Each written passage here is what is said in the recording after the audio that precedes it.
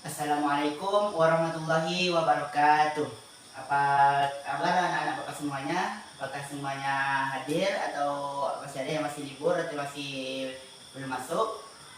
Dan mudah-mudahan bagi teman kita yang masih sakit, kita doakan semoga Allah mengangkat segala penyakitnya agar bisa kembali mengikuti proses pembelajaran kita pada hari ini. Dan bagi teman-teman kita yang masih berhalangan hadir ataupun belum bisa, ada halangan yang menghambat untuk bisa mengikuti proses pembelajaran kita, semoga teman-teman kita bisa ikut mudah-mudahan Allah mudahkan segala urusannya dan Allah mudahkan segala urusannya agar teman kita itu bisa kembali lagi untuk mengikuti proses pembelajaran kita pada berikutnya. Di sini sebelum kita masuk kepada proses pembelajaran kita, marilah kita mengucapkan basmalah. Bismillahirrahmanirrahim. Semoga dengan mengucapkan basmalah tadi, proses pembelajaran kita dari awal sampai akhir bisa berjalan dengan baik dan sempurna, dan materi pada hari ini dapat Ananda semuanya Ananda terima semuanya dan bisa Ananda amalkan dalam kehidupan Ananda sehari-hari. Baik Ananda semuanya, adapun materi kita pada siang hari ini, adapun materi yang akan kita bahas pada pertemuan sekarang, yakni materi kita tentang Al-Qawaidul Khamsah. Jadi di sini pembahasan kita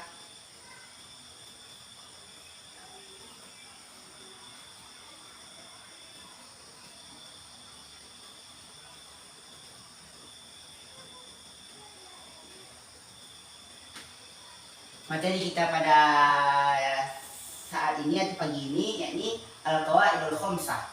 Al-Qawaidul Khamsah ini merupakan lima kaidah yang akan kita hadapi dalam kehidupan kita sehari-hari. 5 kaidah ini merupakan suatu pedoman ataupun suatu bisa dibilang panduan kita dalam beribadah, terutama dalam ibadah tadi, karena kita membahas tentang fikih. Jadi materi kita Al-Qawaidul Khamsah ini ada 5 kaidah yang akan kita bahas dalam materi kita ini Al-Qawaidul Khamsah ini. Yang pertama di sini, materi yang pertama yaitu yang 5 itu, yang pertama di situ ada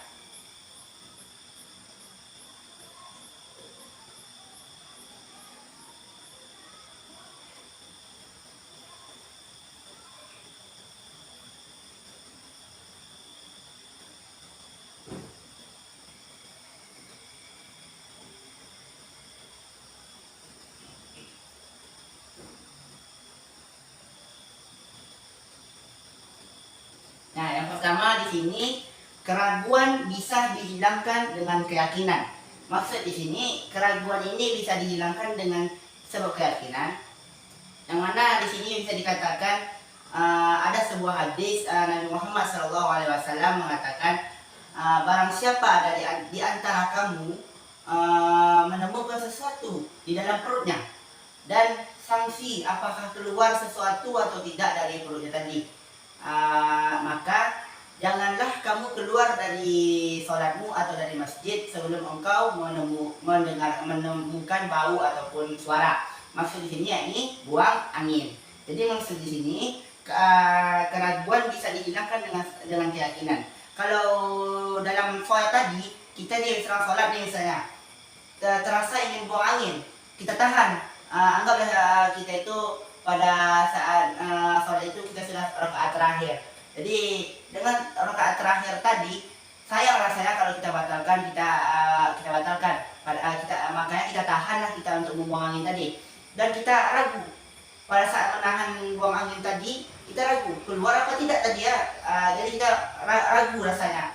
Maka dari itu hadis tadi berkata, janganlah keluar dari sholatmu kalau tidak menemukan bau ataupun suara. Jadi kalau tidak ada kita menemukan ada suara ataupun bau, maka jangan kita keluar batalkan sholat kita. Yakin saja, kalau kita yakin tidak ada suara ataupun bau yang kita temukan pada saat sholat itu, berarti sholat kita itu sah. Berarti sholat kita itu bisa dikatakan sah karena yakin. Itu yang dikatakan dengan yang dikatakan tadi, keraguan bisa dihilangkan oleh sebab keyakinan. Itu yang pertama. Qawaidul Khamsah yang pertama. Dia ada 5. Yang kedua di situ ada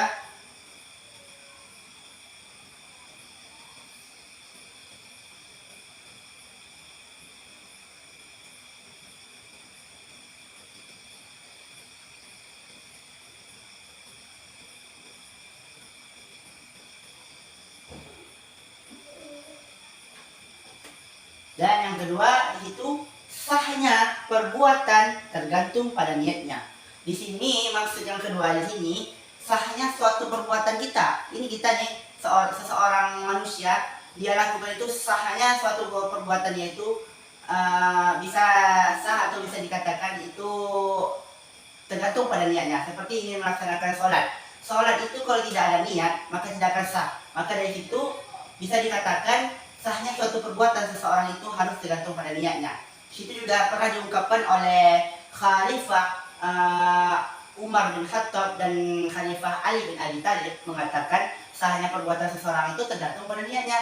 Jadi kalau kita ingin melaksanakan suatu ke ibadah, terutama sholat ataupun bisa kita contohkan misalnya sholat puasa. Misalnya puasa kalau kita tidak pasang niat itu tidak akan sah karena niat kita di situ ingin berpuasa itu harus ada dan niat itulah yang membuat suatu perbuatan yang kita itu sah di mata Allah Subhanahu wa taala. Itu yang kedua, qawaidul yang kedua, qawaidul khamsah yang kedua. Dan yang ketiga di situ yang ketiga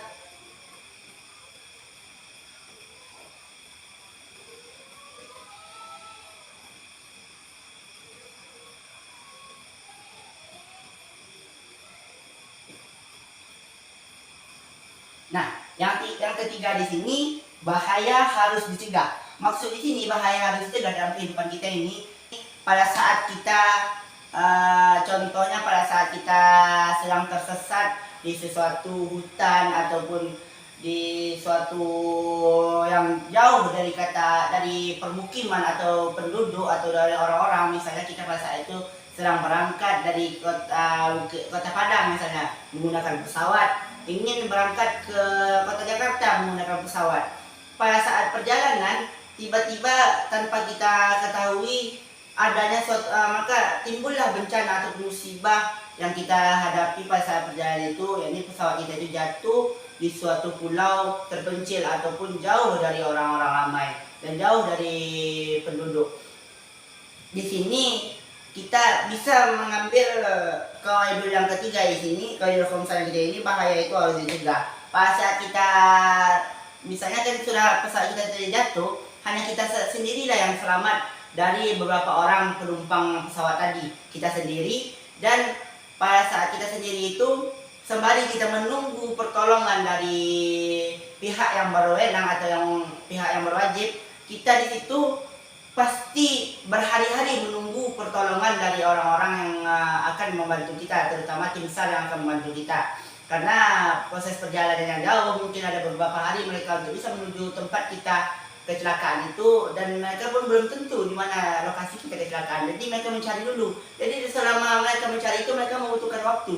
Dan selama waktu mereka untuk mencari kita di dalam keadaan kecelakaan tadi, pasti kita perlu makan. Anggaplah dalam proses pencarian kita itu kita ada 2 hari proses pencarian kita. Jadi 2 hari itu kita kan perlu makan. Kita perlu makan, perlu mengisi daya tahan kita agar kita tetap bisa hidup, bertahan hidup. Jadi maka dari situ, disitulah perlunya bahaya tadi harus dicegah. Misalnya dalam kita tadi itu kita carilah, misalnya kita waktu kita terdampar di suatu pulau tadi, kita carilah di suatu pulau itu tidak kita temukan satu pun hewan yang halal untuk dimakan. Hanya kita temukan hanya seekor binatang, mohon maaf kata, babi yang hanya kita temukan di pulau tersebut. Maka dari itu babi itu pada saat keadaan itu boleh kita makan untuk menghindari bahaya bagi kita. Karena kalau kita tidak makan kita bisa mati. Bahaya kalau kita tidak makan. Maka dari itu kita boleh memakan babi itu dengan syarat tidak untuk dinikmati, hanya sekedar untuk kebutuhan agar kita tidak mati tadi. Kalau kita tangkap babi tadi kita makan, kalau babi satu potong daging angka sebesar spidol Bapak ini, kalau satu potong sebesar spidol ini sudah cukup untuk kita bertahan hidup, maka haram potongan yang kedua dan ketiga selanjutnya. Maka kita harus berhati-hati juga dalam mengambil hal-hal yang haram tadi. Maka disitulah pada saat itulah dikatakan bahaya itu harus dicegah. Disitulah berlakunya bisa dikatakan di situ rukhsah ataupun kemudahan yang kita terima pada saat suatu keadaan dalam kehidupan kita atau keadaan darurat. Karena ad-daruratu bihul maksud. Nah, situlah tadi yang kita bahas materi yang ketiga. Dan yang keempat di sini ada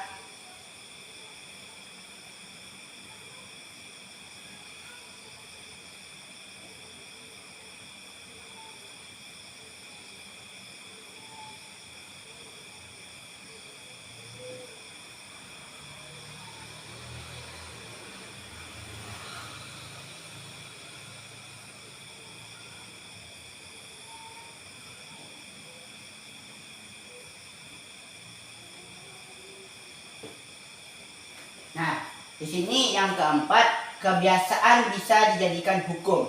Contoh kebiasaan yang bisa dijadikan hukum. Kebiasaan itu pada suatu kampung misalnya ada kebiasaan mereka itu, contohnya di suatu daerah atau suatu negeri, contohnya di kota Pariaman. Nah, misalnya kita contohkan kebiasaan mereka setiap bulan Muharram mereka mengadakan tabuy. Maksudnya akhirat tabuy. Maksud mereka akhirat tabuy itu mereka itu memperingati suatu peristiwa Karbala, yaitu terbunuhnya cucunya Rasulullah, yakni Khalifah Husain, yang mana kepala Khalifah Husain itu terpenggal oleh kaum kafir pada saat itu. Karena disitulah mereka di kota Pariaman itu mengadakan Hoyak Tabuy untuk memperingati terbunuhnya Khalifah Husain, yakni cucunya Rasulullah. Di situ kebiasaan mereka setiap bulan Muharram itu, yang mana di situ bisa dijadikan hukum. Maksud bisa dijadikan hukum kebiasaan mereka, yakni Hoyak Tabuy. Ada di situ hadis Rasulullah riwayat Ahmad. Di situ mengatakan yang mana apabila menurut kaum muslimin itu baik, maka baiklah menurut Allah, dan sebaliknya apabila menurut kaum muslimin itu buruk, maka buruklah menurut Allah. Itu hadis Rasulullah yang mengatakan suatu yang bisa dijadikan dalil, suatu kebiasaan itu bisa dijadikan hukum. Jadi di Pariaman itu kebiasaan mereka Hoyak Tabuy itu memperingati suatu peringatan terbunuhnya Sayyidina Husain, yang mana itu kebiasaan mereka itu memperingati itu kan menurut mereka itu baik, menurut ulama-ulama di Pariaman itu baik, tidak masalah, maka menurut Allah itu juga baik. Namun apabila dalam suatu proses di suatu negeri itu, contohnya seperti mereka mengasih sesajen ke laut atau menumbalkan bayi misalnya ke laut untuk menghindari tsunami misalnya, untuk menghindari bencana, itu kalau menurut kaum muslimin buruk, maka buruk pula untuk Allah. Maka situlah tadi bisa dikatakan kebiasaan itu bisa dijadikan hukum. Jadi kebiasaan mereka yang di kota Pariaman itu Hoyak Tabuy itu hukumnya diperbolehkan karena menurut kaum muslimin itu buruk. Dan ada di daerah tidak perlu Bapak sebutkan, mereka mengasih sesajen ke laut, contohnya mereka membuang buah-buahan ke laut, mereka bisa menumbalkan seorang bayi ke laut, membuang bayi ke laut untuk menghindari satu bencana. Itu menurut kaum muslimin buruk, maka buruklah menurut Allah, berarti hukumnya haram, itu bisa dihukumi haram. Dan yang kelima, yang terakhir, dia kan ada 5, yang terakhir di situ ada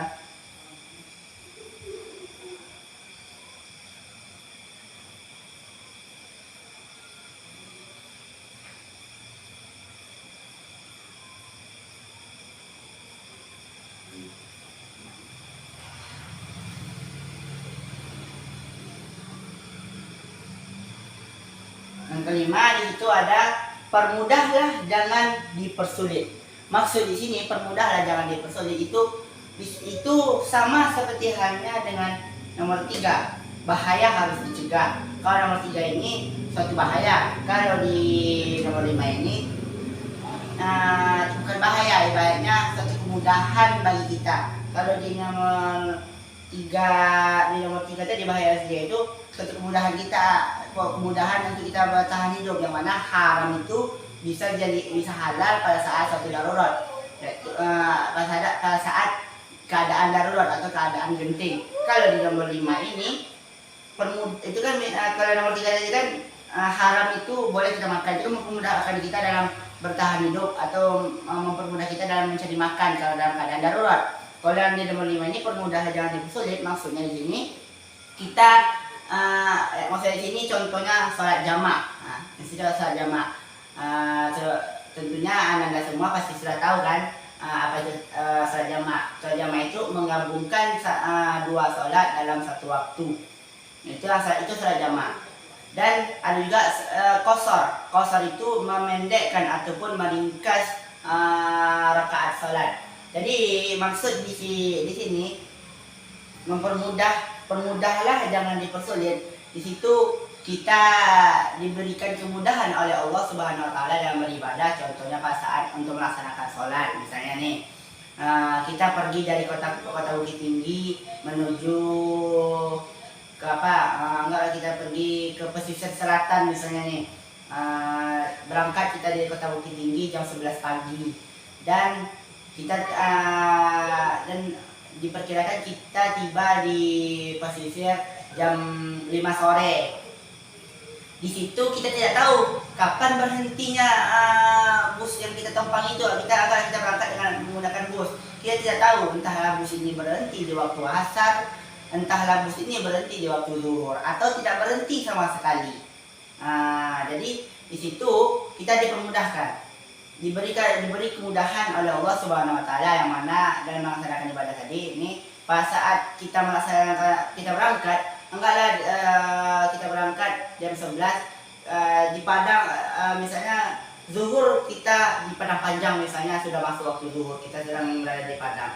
Rupanya bus ini berhenti di Padang Panjang untuk makan siang. Di situ bisa kita laksanakan sholat zuhur dan kita gabungkan dengan asar, karena kita tidak tahu apakah bus ini bisa berhenti lagi, apakah kemungkinan bus ini berhenti lagi di waktu asar. Kemungkinan tidak. Biasanya kalau bus itu sekali saja berhentinya, tidak mungkin berkali-kali berhenti. Kalau perjalanannya hanya singkat seperti itu, hanya anggap memakan waktu hanya 6 jam saja, mungkin sekali berhentinya. Maka berhenti di waktu zuhur, kita bisa laksanakan sholat asar dan zuhur itu digabungkan dengan jamak takdim. Maksud jamak takdim itu kita laksanakan sholat zuhur dan asar dilakukan di awal sholat, yakni di awal waktu zuhur, Namun kalau semisalnya rupanya tidak, bus ini tidak berhenti di waktu zuhur, ternyata bus ini berhenti di waktu asar. Anggaplah bus ini berhenti di waktu asar, kita sudah sampai di Solo misalnya. Di Solo kita sudah sampai di Solo di waktu asar. Supaya bus ini berhenti di asar, kita belum sholat zuhur. Kita bisa lakukan sholat zuhur dan asar tadi di waktu asar. Kita gabungkan keduanya yang dinamakan dengan jamak takhir. Yang mana maksud dari jamak takhir ini yakni melaksanakan dua sholat sekaligus dilakukan di akhir sholat, yakni di waktu asar. Di situ kemudahan yang diberikan Allah Subhanahu wa taala bagi kita umat Islam dalam melaksanakan suatu ibadah kepadanya. Nah itulah tadi 5 kaidah ataupun 5 kaidah dalam beribadah kepada Allah Subhanahu wa taala, yaitu yang mana dikatakan al-qawaidul khamsah, yaitu yang 5 inilah yang bisa kita jadikan pedoman ataupun panduan dalam kehidupan kita pada saat ingin beribadah kepada Allah Subhanahu wa taala. Yang pertama tadi, kalau kita lihat yang pertama, keraguan bisa dihilangkan dengan sebab keyakinan. Itu contohnya pada saat kita ingin buang angin tadi. Yang kedua, sahnya perbuatan tergantung pada niatnya. Pada saat ingin melaksanakan ibadah, kita harus ada niat, pasang niat dulu. Dan yang ketiga, bahaya rizqah. Bahaya rizqah ini pada saat keadaan darurat, misalnya tidak ada makanan yang halal yang bisa kita makan, namun kalau kita tidak makan kita bisa mati, hanya ada makanan yang haram, di situ kita boleh makan yang haram itu tersebut. Tapi hanya sekedar untuk membuat kita bertahan hidup, bukan untuk kita nikmati. Bahaya harus juga. Dan yang keempat, itu kebiasaan yang saya jadikan hukum. Kebiasaan umat muslim, kalau menurut umat muslim itu baik, berarti baiklah menurut Allah. Ketika seperti dari tabligh tadi, itu kan baik menurut mereka, berarti baiklah menurut Allah. Dan yang kelima, permudahlah, jangan dipersulit. Itu seperti jamak tadi, kita dipermudahkan untuk melaksanakan sholat ketika dalam keadaan tidak bisa melaksanakan suatu kegiatan ibadah tadi. Maka disitulah berlakunya al-qawaidul khamsah tadi bagi kita. Mungkin sekianlah materi kita pada hari ini, dan sudah Bapak ulas juga materi kita satu persatu dan Bapak simpulkan. Maka Bapak semuanya, ini bisa Ananda semua amalkan dalam kehidupan Ananda sehari-hari. Jangan tinggalkan 5 kaidah ini dalam kehidupan, karena ini sangat penting dalam kehidupan kita. Jangan sesekali ditinggalkan, selalu ingat dan amalkan ya, dimanapun dan kapanpun Ananda berada. Maka dari itu cukup sekianlah materi kita. Lebih kurangnya Bapak mohon maaf. Mungkin apakah ada dari Ananda semua yang bertanya? Kalau tidak ada, mungkin tidak ada. Mungkin Bapak rasa sudah paham tentang materi kita. Maka dari itu Bapak tutup saja materi kita cukupkan pada bab ini saja. Kita tutup dengan membaca doa kafaratul majelis. Subhanakallahumma wa bihamdika asyhadu an la ilaha illa anta astaghfiruka wa atubu ilaik. Bapak sudahi dengan assalamualaikum warahmatullahi wabarakatuh.